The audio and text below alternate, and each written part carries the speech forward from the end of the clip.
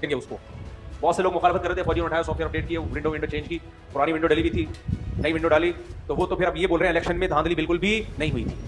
वो इतने अपडेट हो गए कि वो इतने तो यानी बहुत ही अपडेट हो गए ना, वो उनके ऐसे सॉफ्टवेयर अपडेट हुए। ज्यादा से ज्यादा ये करेंगे ना, वो मार के थोड़ी फेंकेंगे। कितने साफियों को मार दिया भाई, बहुत से साफी हैं बोल रहे हैं फौज के खिलाफ, कुछ भी नहीं हो रहा उनको।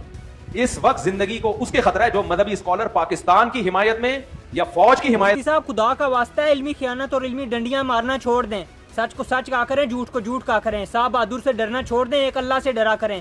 आप ही अकीदा तौहीद हमें पढ़ाते रहे ना कि एक अल्लाह से डरते हैं, अल्लाह के सिवा किसी से नहीं डरते, तो फिर साहब बहादुर से क्यों डरते हैं?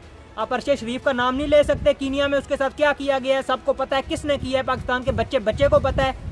इमरान रियाज खान के साथ पाकिस्तान में क्या किया गया है, किसने किया है? वो दंदनाते फिरते हैं, वो कहते हैं हमारी बदमाशी हमने की है, जिसने हमारा जो बिगाड़ना है बिगाड़ ले। खुदा का वास्ता है इनका नाम लिया करें, सच को सच कहा करें, झूठ को झूठ कहा करें। छोटी सी जिंदगी है, इस तरह इल्मी डंडियां मार के भी गुजर जाएगी, साहब बहादुर की गुलामी में भी गुजर जाएगी और अल्लाह से डर के भी गुजर जाएगी। इसलिए सच बोला करें। अगर आप चाहते हैं ना ताहिर शफी जैसे दगड़ दलों के साथ आपका शुमार ना किया जाए, तो सच को सच कहा करें, झूठ को झूठ कहा करें। यह इल्मी खयानत, इल्मी डंडियां ही आपको सूट नहीं करती, सच बोला करें।